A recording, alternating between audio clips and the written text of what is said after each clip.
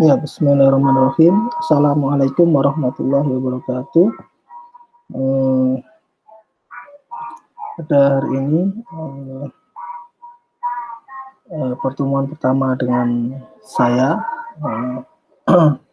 di mata kuliah formulasi dan teknologi kesediaan semi solid sesuai dengan rancangan pembelajaran yang diberikan oleh Burani dari Universitas Harapan Bangsa UHB pada saya. Jadi pertemuan kali ini saya akan mempresentasikan atau mendiskusikan tentang sediaan suspensi. Ya. Nah, ini sebagai visualisasi sediaan suspensi, dan ini ya bagi Anda apabila ingin tahu tentang biodata saya, ya, Anda bisa melihat di akun-akun medsos saya dan bisa di follow. Ada Twitter, ada YouTube, ada Facebook, dan ada Instagram.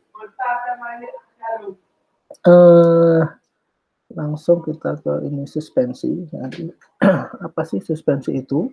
Ya. Di suspensi atau di sini karena konteksnya lebih spesifik ke sediaan farmasi cair, sehingga di sini saya mengambil ininya adalah suspensi farmaseutika. Mohon maaf sebelumnya, mungkin hampir lebih dari 90% nanti isi slide dari mata kuliah atau kuliah kali ini lebih dari 90% dalam bentuk bahasa Inggris. Ya. Tapi ya kalau misalkan masih ada pertanyaan nanti bisa langsung nanya ke saya, ya, bisa WhatsApp, ya, atau bisa ke japri ke akun-akun media sosial saya. Ya. Ini apa sih itu suspensi? Ya. Jadi suspensi farmasi atau suspensi farmaseutik adalah suatu sistem dispersi, ya. Dan suatu sistem dispersi, jadi yang terdiri dari fase internal, ya, yang dia terdisperse secara seragam dan sebagai sebagai sesuatu yang halus, yang kecil-kecil, dari partikel yang tidak larut, ya, di dalam fase eksternal. Jadi kasarannya suspensi farmaseutik adalah sistem dispersi yang terdiri dari dua fase internal atau fase terdispersi dan fase atau medium pendispersi. Yang mana fase terdispersinya atau internal phase-nya itu merupakan partikel yang tidak larut dalam suatu cairan. Biasanya pembawanya suspensi adalah air. Ya. Untuk mengantarkan ke sana, ini saya akan men-share sedikit terkait apa sih perbedaan solusi larutan dengan suspensi. Ya. Jadi suspensi dengan larutan sama-sama bagian atau sama-sama sistem dispersi. Jadi secara umum sistem dispersi itu terdiri dari adalah suatu sistem. Ya, kalau dispersion itu kan kalau di dalam bahasa Inggris artinya adalah penyebaran. Jadi sistem dispersi itu adalah suatu sistem katakanlah penyebaran yang terdiri dari dua fase, jadi fase internal, fase terdispersi, dan fase atau medium pendispersi. Jika larutan atau solution itu tergolong dalam sistem dispersi molekuler. Kenapa? Karena di sini solut atau zat yang terlarut atau fase terdispersinya dengan solvent medium dispersinya, ini visualisasinya sugar, ini air, itu akan gula itu akan terdispersi secara homogen, secara merata, dan ini secara molekuler. Ya.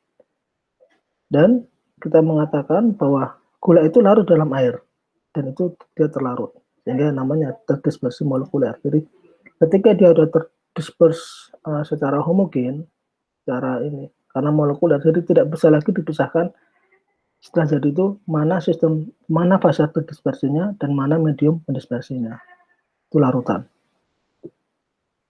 Sementara itu suspensi, ya, itu adalah fase terdispersinya dia tidak larut, insoluble, ya. Sehingga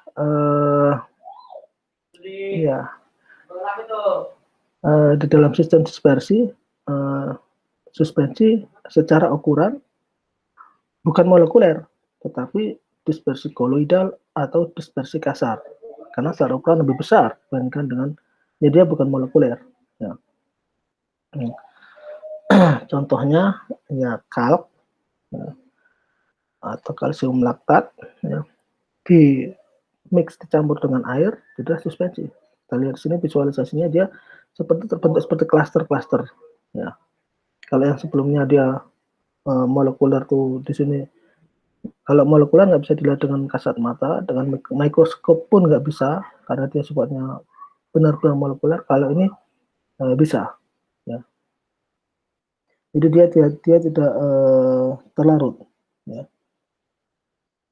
Dan akhirnya salah satu karakteristik suspensi adalah partikel-partikel ini tenggelam di dalam di dasar kontainer, di dalam dasar kemasan, dan dia membentuk sedimen, membentuk endapan. Ya. Selanjutnya, kenapa sih kok kita perlu memformulasikan suatu suspensi? Ya. Yang pertama,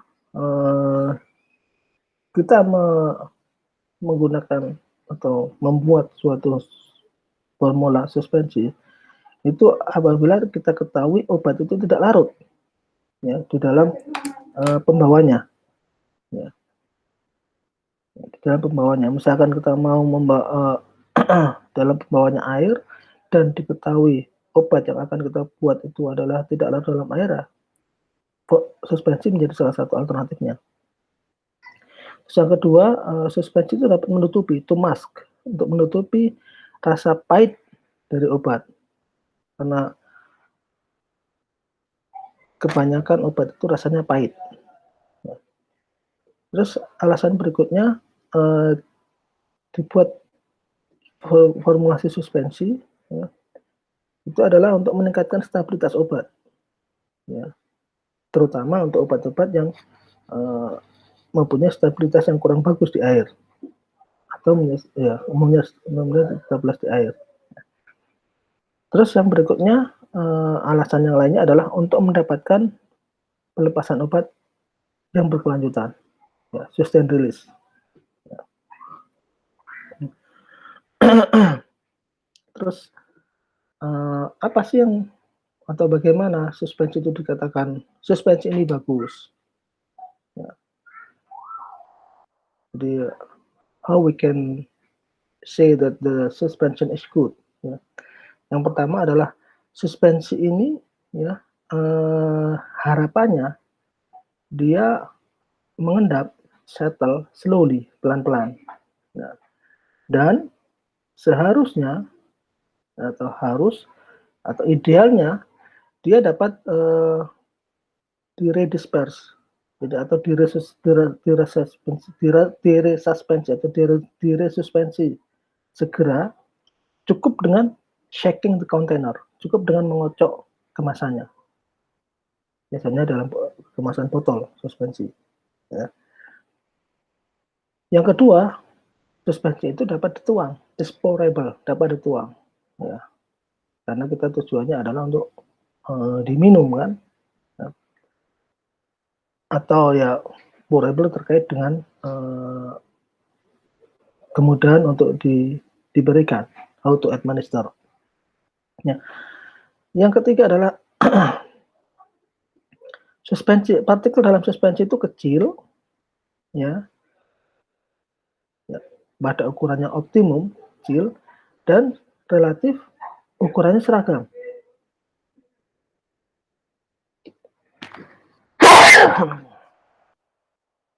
Sehingga produk ini bebas dari tekstur-tekstur butiran-butiran. Jadi ya ukurannya optimum ya. Ya, makanya kalau sekarang berkembang teknologi nano ya, orang lebih prefer ke nano suspensi gitu. Karena dari sisi stabilitas suspensi relatif lebih stabil karena dia ketika nano suspensi dia secara dispersi ukurannya adalah koloid ya. Nah, ini formulasi suspensi pada umumnya ya, karena untuk kondisi-kondisi tertentu, ya kita harus melihat dan ketika kita memformulasikan suatu obat, suatu produk, kita harus berangkat dari karakteristik zat aktif itu, sifat fisikokimia zat aktif, sifat biologi, sifat farmakologi. Dari sana terus kita kembangkan. Ya. Kita menggunakan eksipien bahan tambahan apa saja. Nah, ini adalah formulasi suspensi secara umum, ya. Yang di sini ada komponen sistem suspensi, ya.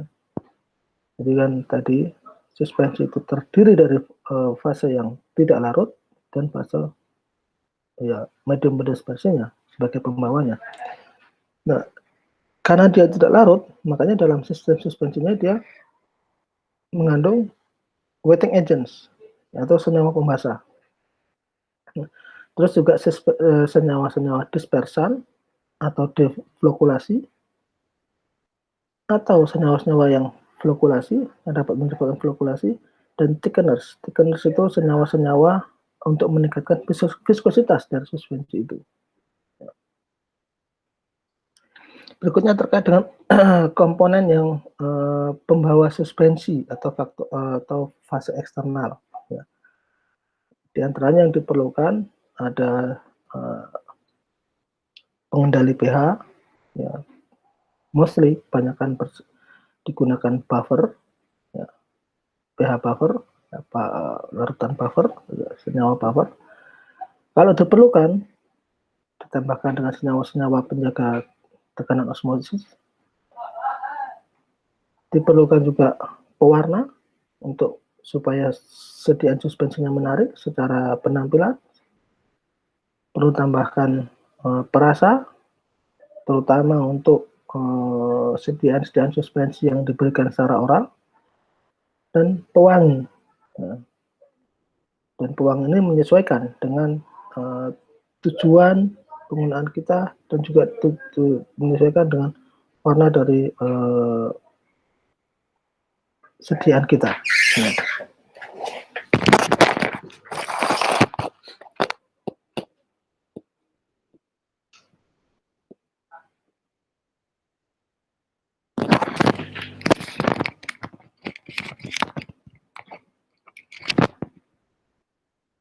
Terus yang terakhir adalah juga diperlukan pengawet, ya.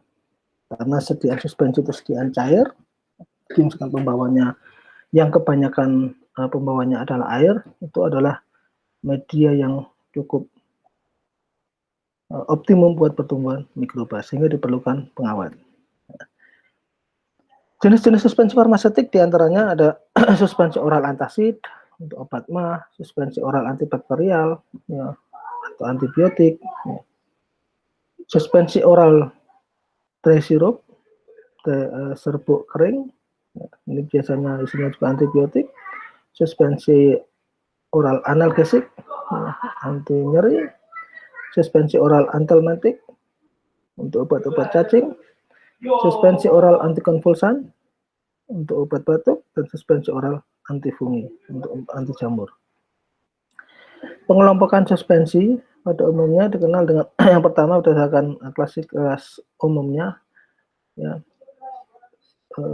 general classes umumnya ada suspensi oral, ya, ada suspensi yang diterapkan secara eksternal, dalam hal ini digunakan secara topikal, dan ada suspensi parenteral yang digunakan untuk penggunaan parenteral dengan diinjeksikan. Ya.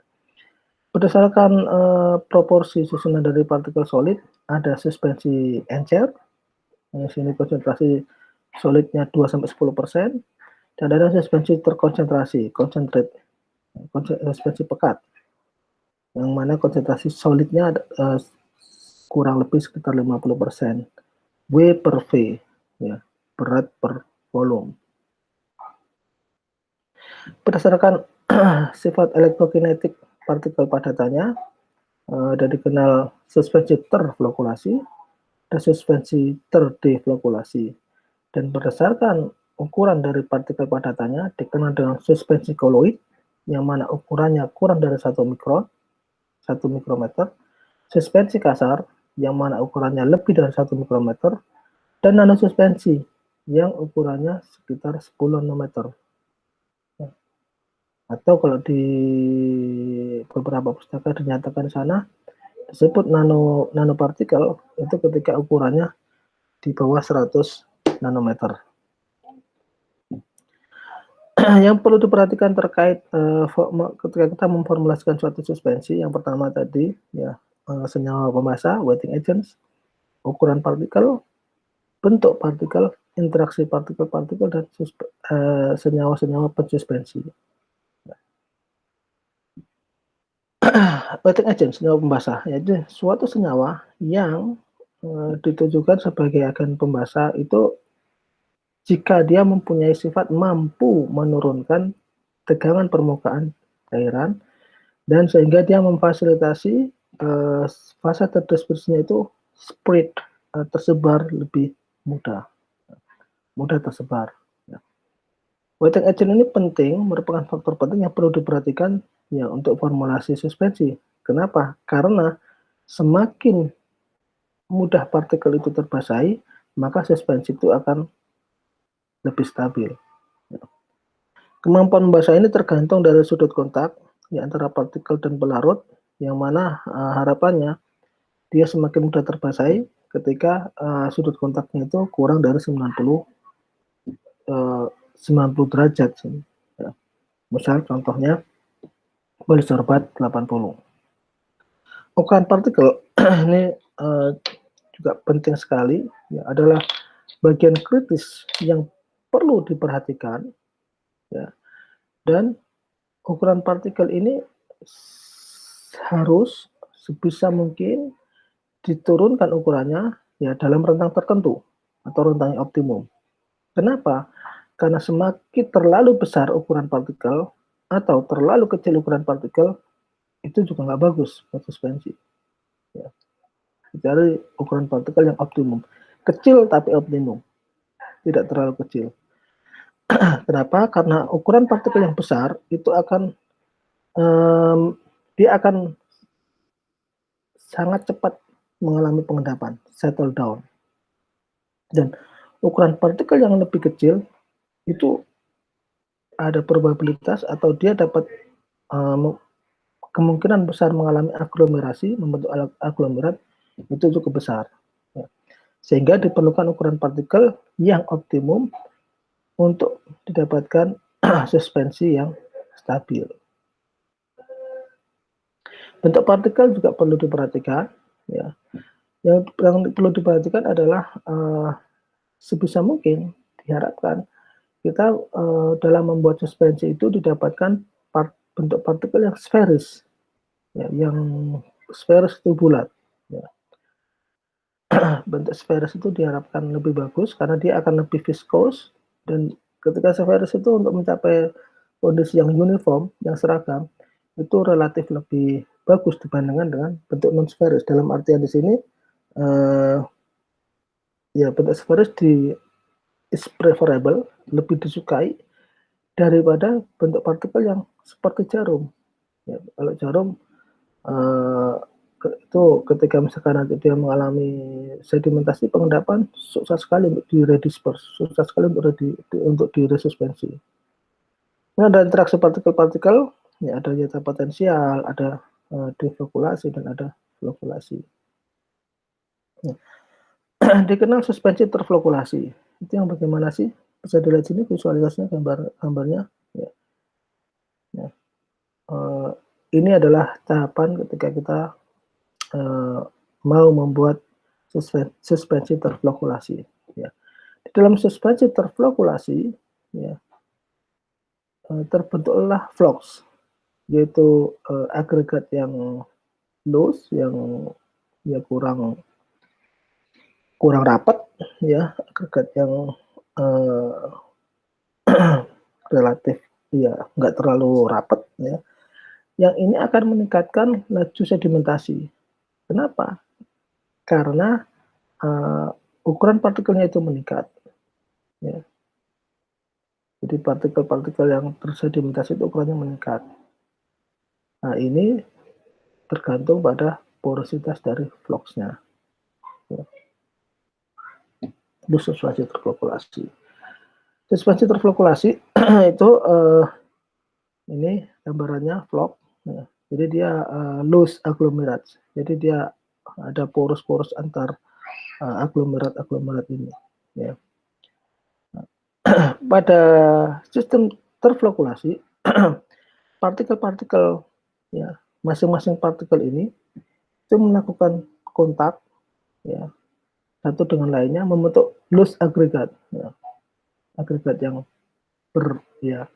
loose yang longgar ya, dan membentuk jaringan seperti struktur ya, dengan laju sedimentasinya sangat tinggi, laju sedimentasinya tinggi. Nah, sedimen yang terbentuk itu terkemas secara longgar ya. Sehingga ketika di shaking, ketika dikocok kontainernya, kemasannya, dia akan mudah terredispersi, mudah untuk diresuspensi dan akan membentuk kembali suspensi awalnya aslinya. Suspensi terflokulasi ini relatif ya kurang elegan. Kenapa? Karena ada kecenderungan sulit untuk dihilangkan dari botol atau vial sebagai kemasan, dan pada transferring botol dalam botol itu flokul ya flokul ini tersisa dan nempel di sisi-sisi dari botol.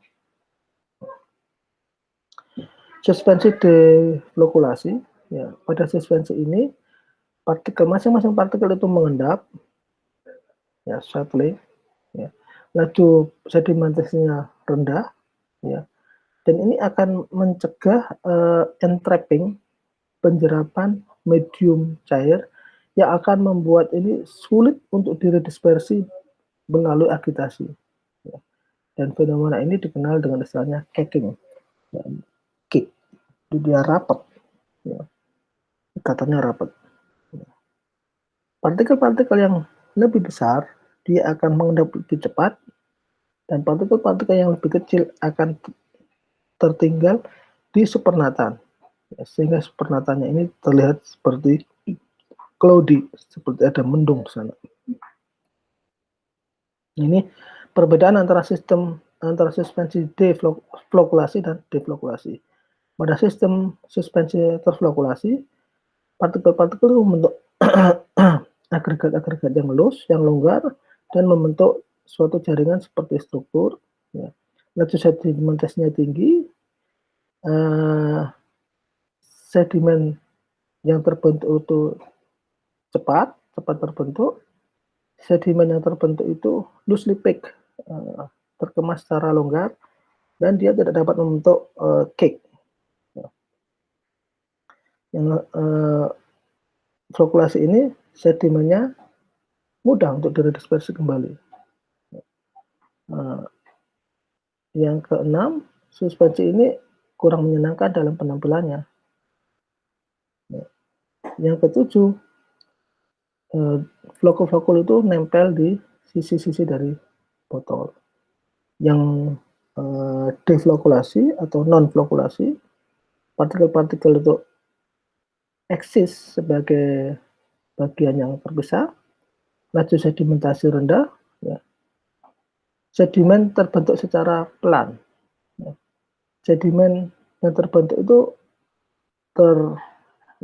very closely packed, terkemas secara rapat, dan dapat terbentuk caking. Sedimen yang dihasilkan itu sulit untuk diredispersi kembali, ya. Dan di sini suspensi itu penampilannya menyenangkan, ya. Dan deflokulasi ini partikelnya dia tidak menempel di sisi-sisi dari botol karena dia mengalami cake tadi. Ini gambarannya deflokulasi di sini. Sehingga berarti kenapa penampilannya relatif rapi, karena ada kick di sini ya.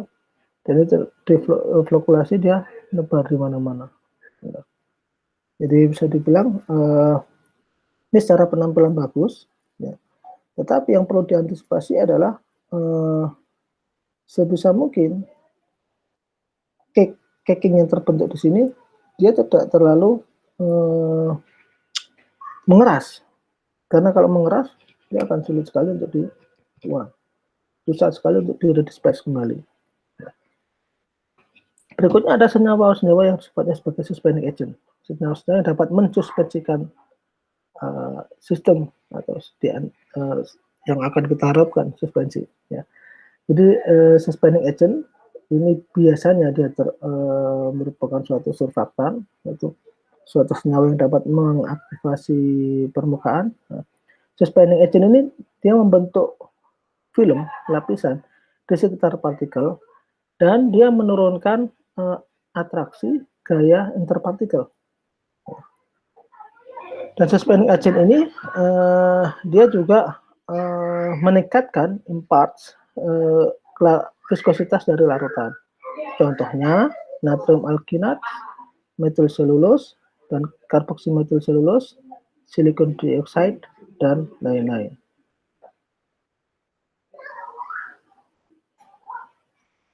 Ini contoh-contoh dari suspending agent, ya. Contoh-contoh. Ya. Jadi konsentrasi suspending agent di dalam air pada suhu 2 derajat Celcius dibutuhkan untuk didapatkan value 10 Pascal. Ya, ada karbomir 941, karbomir 934, karagenan, karboksimetil selulose, gum santan, alginat, magnesium aluminium silikat, hidroksi etil selulose, wargum, gum trakakan. Ini konsentrasinya. Ya. Lanjut, ini adalah sifat-sifat yang dimiliki oleh suspensi. Ada perilaku sifat-sifat terkait dengan sedimentasi, dan ada sifat-sifat yang terkait dengan elektrokinetik. Ya. Sedimentasi, ya, sedimentasi dan agregasi. Jadi sedimentasi itu peristiwa terbentuknya partikel, ya, atau flokulat, ya, dikarenakan gaya gravitasi di dalam suatu sediaan farmasi cair. Ya.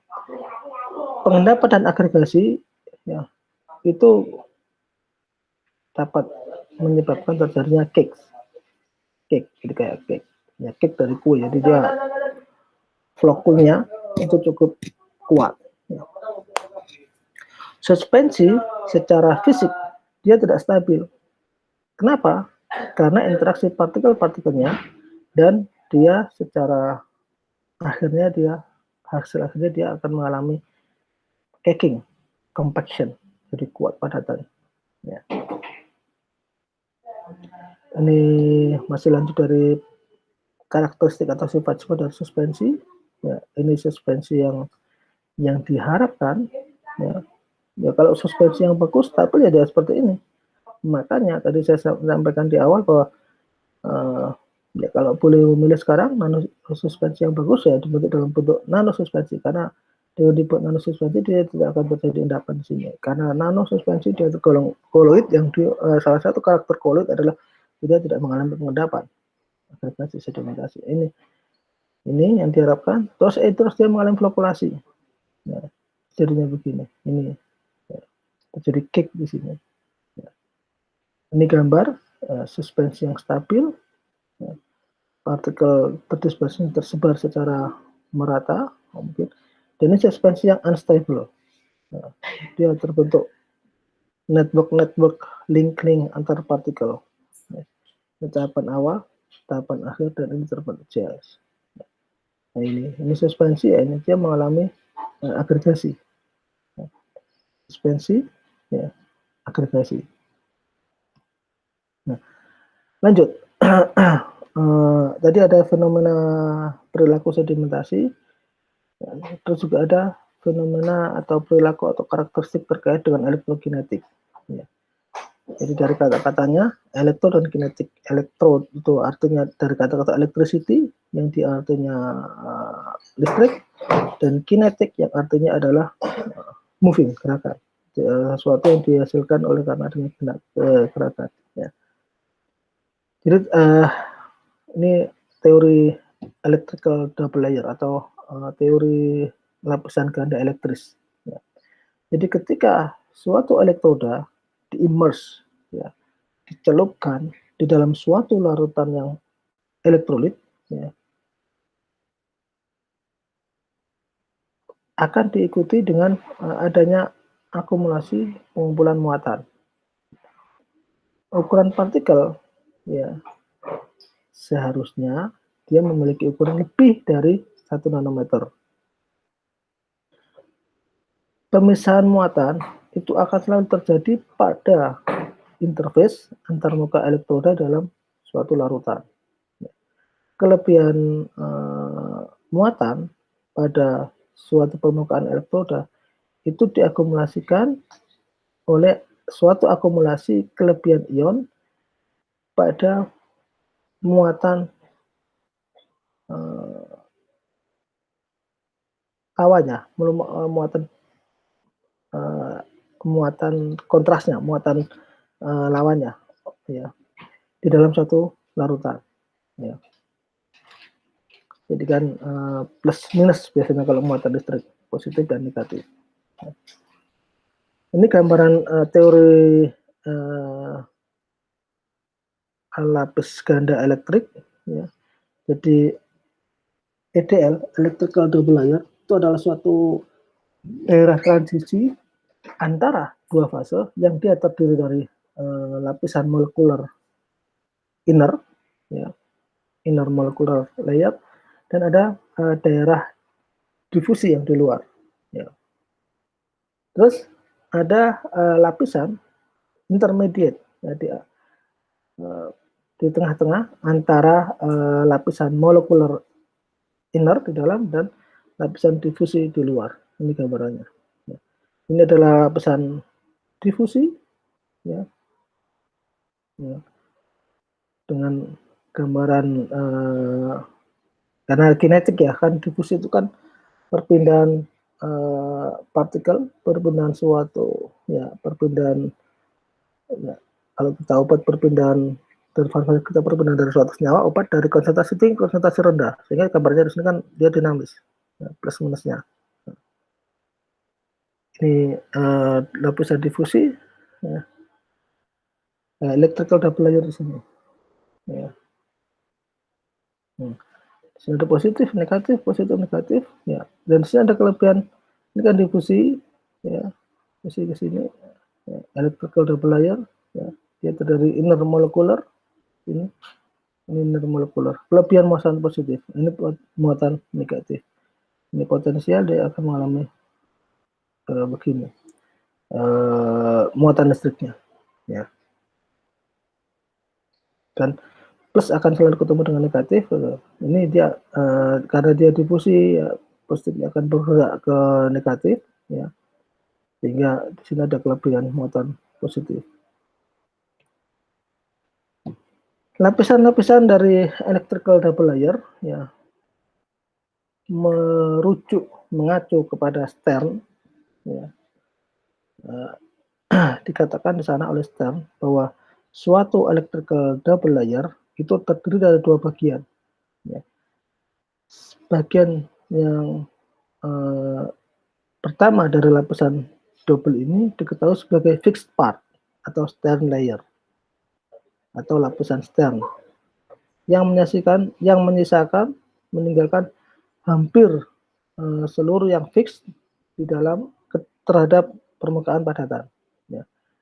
Dia muatannya bisa positif atau negatif. Dan di sini ada kecenderungan yang cukup kuat, ya, dari potensi listriknya itu.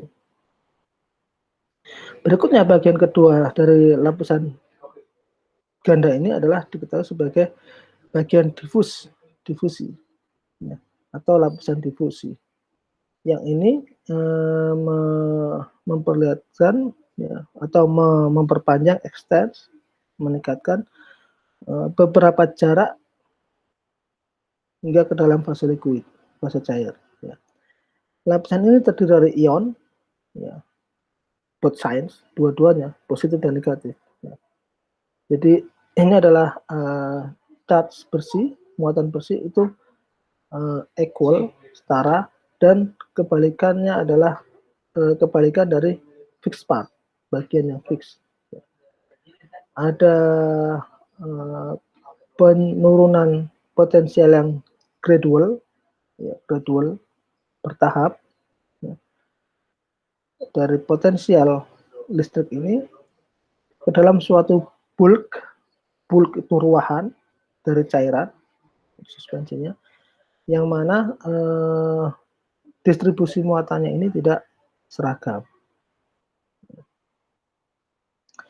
Ini lapisan layer, ya, stand layer, atau juga dikenal sebagai lapisan stationary, lapisan yang statis. Ya. Kalau diffuse berikutnya mudah lapisan yang dinamis, ada kinetik di sana. Kalau stand layer, lapisan stand, dia statis.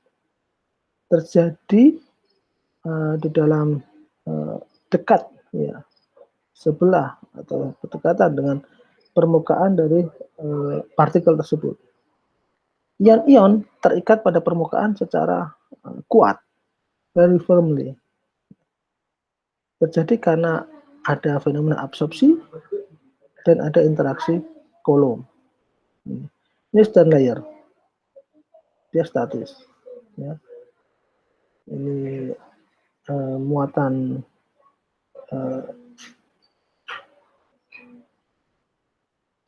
ini muatan negatif, silika, ya. Ini ada muatan positif, stand layer. Ini stand layer. Ada diffusion layer, nah, dia bergerak. Ya. Nah, yang negatif akan bergerak sini. Ini adalah bulk solution, larutan yang meruah. Jadi kondisi bulk dalam konteks ini adalah suspensi. Ini stand layer, statis. Nah, ini diffusion layer.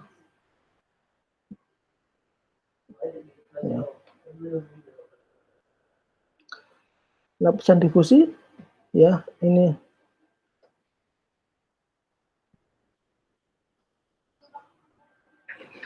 terdapat pada, ya, berdekatan dengan lapisan ster.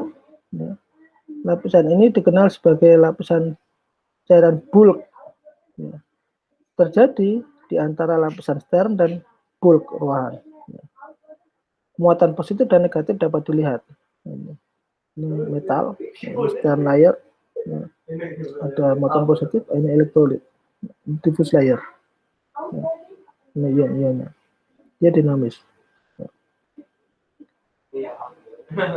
Berikutnya, jadi based on berdasarkan dari teori elektrik double layer, ya, lapisan ganda listrik. Konsep yang dapat dikembangkan sana adalah ada konsep namanya zeta potensial dan ada konsep DLVO teori. Ini terkait dengan nanti untuk penjelasan terkait dengan stabilitas atau unstabilitas, ketidakstabilan dari suatu suspensi. Ini zeta potensial itu adalah suatu parameter keseimbangan dari antarmuka pada antarmuka interface. Dan zeta potensial ini didefinisikan sebagai perbedaan potensial antara surfaktan antar permukaan di dalam lapisan yang terikat secara tight, ya, yang secara ketat, secara kuat. Ya. Jika zeta potensial ini dikurangi, maka gaya atraktifnya, gaya tarik menariknya itu akan melebihi gaya tolak menolaknya. Exceed the repulsive force, akan melebihi gaya tolak menolaknya. Dan partikel ini akan datang bersama, dan fenomena ini disebut dengan flokulasi. Atau dengan kata lain, ketika zeta potensialnya itu turun, berkurang, maka ini sistem atau suspensinya itu akan lebih cenderung mengalami flokulasi, atau sistemnya menjadi flokulasi. Ya. Kenapa? Karena gaya atraksinya, gaya kohesinya, tarik menarik interpartikelnya, kohesif, itu melebihi, lebih kuat dibandingkan dengan gaya tolak menolaknya, sehingga dia akan cenderung flokulasi. Ya. Ini contoh gambarannya zeta potensial, nilai zeta potensial, perilaku stabilitas dari koloid, ya, pada kisaran 0 sampai plus minus 5. Kenapa plus minus? Karena eta potensial ini juga menyatakan suatu muatan. Ya, jadi masing-masing partikel itu mempunyai muatan listrik plus atau negatif. Nah, jadi ya, jadi kita dalam hal ini terkait dengan stabilitas, concernnya adalah di angkanya. Jadi ketika dia eta potensialnya 0 sampai 5, dia ada kecenderungan akan mengalami keakumulasi secara cepat atau mengalami fluktuasi. Ketika beta potensialnya 10 sampai 30, instabilnya insipient, mulai mengalami instabilitas. 30 sampai 40, stabilitasnya moderat, tengah-tengah. 40 sampai 60 mempunyai stabilitas yang bagus, dan lebih dari 61 stabilitasnya excellent. Jadi dengan mengetahui nilai beta potensial dari suspensi itu, kita bisa memprediksi kira-kira bagaimana stabilitas dari suspensi atau kolloid tersebut. Ya, jadi kolloid suspensi itu suatu sistem dispersi. Ya. Kalau kolloid yaitu sistem dispersi yang ukurannya tadi kan di bawah 1 mikrometer. Ya, kalau suspensi dia general, dia bisa masuk dalam dispersi kolloid atau masuk dalam dispersi kasar. Kalau masuk dalam dispersi kolloid ketika ukuran suspensinya kurang dari 1 mikrometer. Tapi kalau misalnya dia masuk ke dispersi kasar ketika ukuran partikel suspensi itu lebih dari 1 mikrometer. Sehingga di sini kalau di sini dikatakan bahwa stabilitas behavior dari kolloid ya, atau stabilitas perilaku stabilitas suspensi. Lanjut sifat elektronik beta potensial terkait dengan beta potensial. Beta potensial dan stabilitasnya. Ya. Ini tadi minus positifnya ya. Jadi semakin besar ke atas dia positif semakin besar, ke bawah negatifnya semakin besar. Ya. Jadi ketika suatu suspensi memiliki beta potensial pada ring tadi 0 sampai 10 atau 0 sampai minus 10, ini relatif dia kurang stabil. Sehingga diperlukan material-material yang dapat menstabilkan secara elektrostatik. Ya. Jadi kalau misalkan emulsinya OW, dia beta potensialnya lebih dari 15. Kalau stabilnya itu lattice polimer lattice polimer lebih dari 20, beta potensialnya. Dia garam oxide lebih dari 40, latar garam lebih dari 70. Konsentrasi kritis untuk koagulasi ya CCCC itu adalah Z pangkat 4 per Z pangkat 2. Z ini adalah zeta potensial, Z-nya bawah ini adalah elektrolit valensi counter ion. Efek zeta potensial atau potensial zeta kalau mungkin kalau di bahasa Indonesia kan, atau zeta potensial dalam bahasa Inggris, pada suatu sifat dan suspensi ya, itu zeta potensial high ya, terdispersi secara homogen, berarti dia cukup stabil ya. Low kurang stabil, dia akan terbentuk agregat secara kuat ya. Ini agregat yang cukup lemah ya. Seiring berjalannya waktu, ini well dispersed, dia terdispersi secara bagus. Lihat sini perbedaannya, dia akan cukup stabil ya. Dan sebenarnya ini semua bisa kita lihat di mikroskop ya. Karena apa? Karena dia sistemnya ada suspensi atau kolloid atau dispersi kasar. Jadi kalau molekuler kita nggak bisa lihat gambar seperti ini. Kalau gambar awal tadi dia visualisasi saja ya. Ini stabil dan ini weakly aggregated, dia akan teragregasi secara lemah ya. Dan dia di sini yang low stabilitasnya atau zeta potensialnya rendah ya, dia akan teragregasi secara kuat ya. Stabilitas sedimentasi semakin besar zeta potensial akan bagus ya. Nah ini juga akan bagus, tapi dia akan terbentuk cake kalau dia enggak. Terus kalau rendah tinggi tekanan hasilnya dia tidak ada, tinggi, dan padatan maksimumnya tinggi dan dia rendah. Selanjutnya ada tadi masih terkait dengan DLVO, tadi kan ada yaitu potensial dan ada listrik, ya. Dan ini ada DLVO teori. Jadi waktu itu sekitar tahun 1940-an ada beberapa saintis yang namanya Derjaguin, Landau, Verve, dan Overbeek. Ada nama-namanya seperti dari nama-nama Belanda, ya. Itu mengembangkan teori ini yang mana ini terkait yield, ya, dengan stabilitas dari sistem koloid, ya. Teori DLVO ini mensuggest, ya, menyarankan bahwa stabilitas dari sistem koloid itu ditentukan oleh jumlah gaya van der Waals dan gaya tolak, ya, dari lapisan ganda listrik.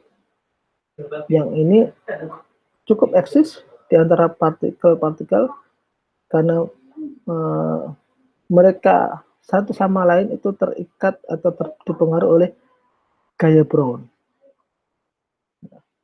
Jadi mungkin saya ini kan bahwa teori DLVO ini menyatakan bahwa stabilitas koloid itu ditentukan oleh jumlah, ya, the sum of jumlah dari gaya van der Waals dan gaya tolak dari lapisan ganda elektris, yang ini akan membuat partikel itu eksis, ya, dikarenakan adanya gerak Brown di sana. Nah, selanjutnya gaya van der Waals itu tergantung dari sifat kimia dan ukuran partikel. Sifat kimia dan ukuran partikel. Ya. Dan gaya repulsif, gaya tolak elektrostatik itu tergantung pada density, kerapatan, perubahan density kerapatan, muatan permukaan, dan ketebalan lapisan ganda. Jadi sebenarnya antara DLVO teori dengan beta potensial itu juga terkait. Ya. Dan sudah dinyatakan bahwa DLVO teori itu menyatakan bahwa stabilitas koloid itu dipengaruhi, ditentukan oleh jumlah, ya, resultan ya, dari gaya van der Waals dan gaya tolak menolak dari lapisan ganda listrik. Nah, diperjelas di sini, gaya van der Waals itu dipengaruhi oleh sifat kimia dari partikel itu sendiri dan ukuran partikelnya. Sementara gaya tolak menolak elektrostatik itu tergantung pada kerapatan, muatan permukaan, dan ketebalan dari lapis ganda listrik tersebut. Next, selanjutnya, untuk mengetahui apakah suspensi itu bagus apa enggak secara quality, maka perlu diperlukan, ya, dicek quality control, pengendalian mutunya. Ya. Apa saja yang perlu dilakukan? Yang pertama, penampilan warna, bau, dan rasa. Ya. Karena kita di sini bekerja untuk sediaan farmasi, ya. Apalagi zaman sekarang yang namanya penampilan itu sangat-sangat sesuatu yang kritis. Lanjutnya adalah perlu diketahui juga laju sedimentasi. Kenapa?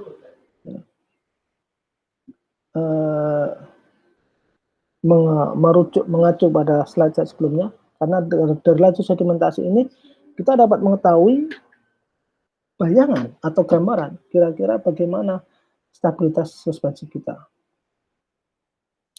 Berikutnya, quality control berikutnya adalah pengukuran zeta potensial terkait dengan muatan zeta potensial, karena ini juga terkait dengan stabilitas suspensi. Terus ada volume sedimentasi untuk mengetahui bahwa bagaimana sih profil pola dari sedimentasi suspensi tersebut. pH, banyak sekali, karena beberapa partikel, beberapa obat itu stabilitasnya sangat dipengaruhi oleh pH, zat keasaman. Yang menentukan juga adalah pengujian redispersibilitas dan sentrifugasi. Jadi sejauh mana kemampuan suspensi itu dapat diredispersi kembali, dapat diresuspensi kembali. Dan berikutnya adalah pengukuran geologi, ya, penentuan kekentalan, geologi sifat alirnya. Ya, harapannya adalah tadi sifat yang diharapkan, sifat ideal dari suspensi adalah pourable, dia dapat dituangkan. Dan berikutnya adalah tes tekanan terkait dengan suspensi farmasi yang sedang dan akan dibuat tersebut. Keuntungan suspensi, ya, diantaranya suspensi dapat meningkatkan stabilitas kimia obat-obat tertentu.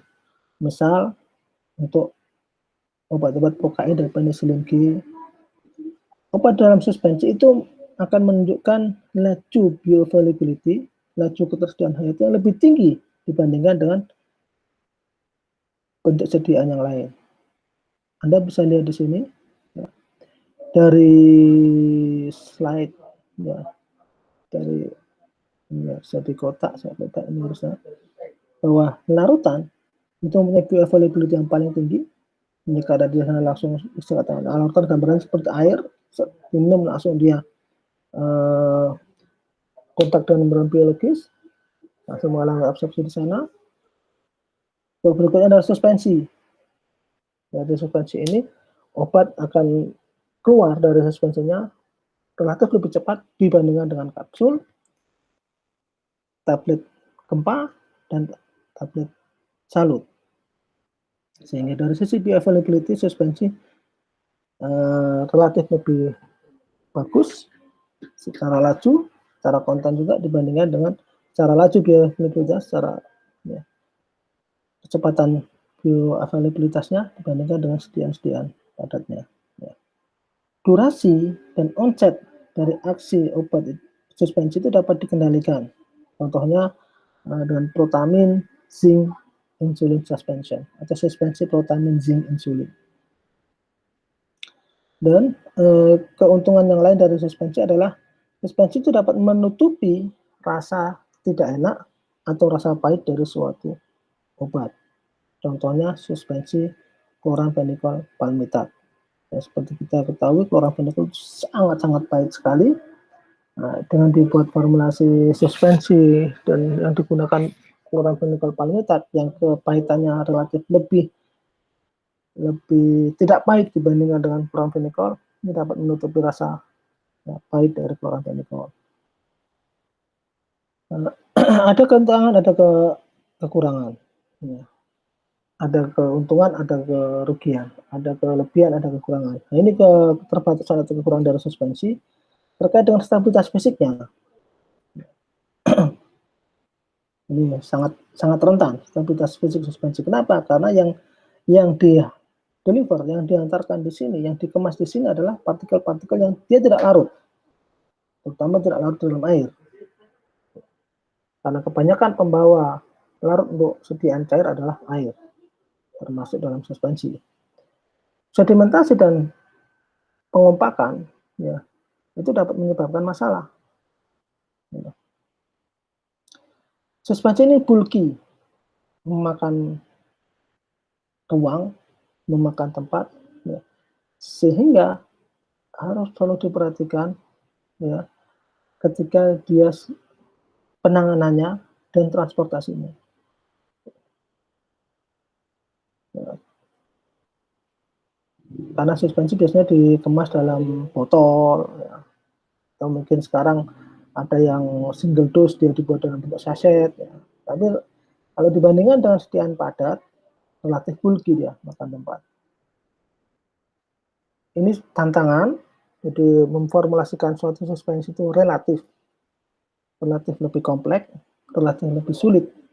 Kenapa? Karena terkait dengan sifatnya tadi, ketika itu berinteraksi, bekerja dengan air, itu kan ada faktor stabilitas di sana, ada faktor kelarutan di sana, ya. Faktor stabilitas dipengaruhi dengan pH, ya, dipengaruhi dengan ya, kelarutannya itu, dipengaruhi dengan temperaturnya. Belum lagi ketika kita mau membuat suatu formulasi suspensi untuk oral, harus di tes maskernya, penutup rasanya, ya. juga harus dipikirkan pemanisnya, pengawetnya, dan lain-lain, relatif kompleks. Ya. Challenge atau masalah berikutnya dari suspensi ini adalah keseragaman dosis, keseragaman kandungan, dan akurasinya. Ya, ini sulit atau tidak akan dicapai kecuali ya, suspensi itu dikemas dalam sediaan unit dos. Maka tadi saya sempat ini kan dalam bentuk saset kemasan-kemasan itu. Ya. Kenapa? Karena kalau misalnya dalam botol kan kita akurasinya, ya, tapi kalau sekarang dalam sediaan suspensi cair, ya masih cair, oral atau ya terutama yang oral, sekarang biasanya pabrikan-pabrikan, industri-industri, dia juga menyertai langsung dengan sendok takar, sehingga kita bisa menakar kira-kira berapa mililiter volumenya akan kita gunakan dengan melihat sendok takar tersebut. Biasanya udah dikasih takaran-takarannya gitu. Karena kalau tidak demikian, kalau masih mengikuti zaman dulu, kita menggunakan sendok yang mungkin itu secara akurasi dosis kurang exactly, kurang benar-benar presisi. Terus aplikasi penerapan dari suspensi farmaseutik ya, diantaranya suspensi itu biasanya digunakan untuk obat-obat yang tidak larut dalam air atau kelarutan dalam airnya kecil. Contohnya prednisolon. Juga suspensi itu digunakan untuk mencegah terjadinya degradasi obat, ya, atau dengan kata lain suspensi itu digunakan untuk meningkatkan stabilitas obat tersebut. Dalam hal ini contoh adalah ketika dibuat suspensi oksitetrasiklin. Ya. Aplikasi yang lainnya adalah dengan menutupi rasa pahit atau rasa tidak menyenangkan dari obat. Contohnya tadi suspensi kloramfenikol palmitat.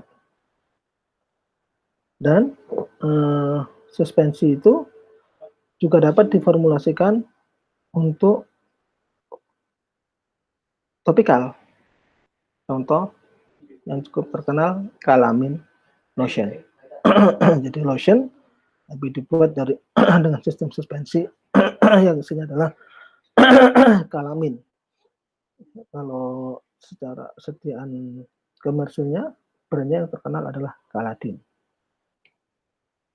Oke, terima kasih. Mungkin itu yang bisa saya sampaikan. Mudah-mudahan bermanfaat. Dan sekiranya misalkan ada pertanyaan, ya monggo bisa ditanyakan via WhatsApp atau bisa juga japri ke akun-akun media sosial saya di sana. Terima kasih semuanya. Assalamualaikum warahmatullahi wabarakatuh.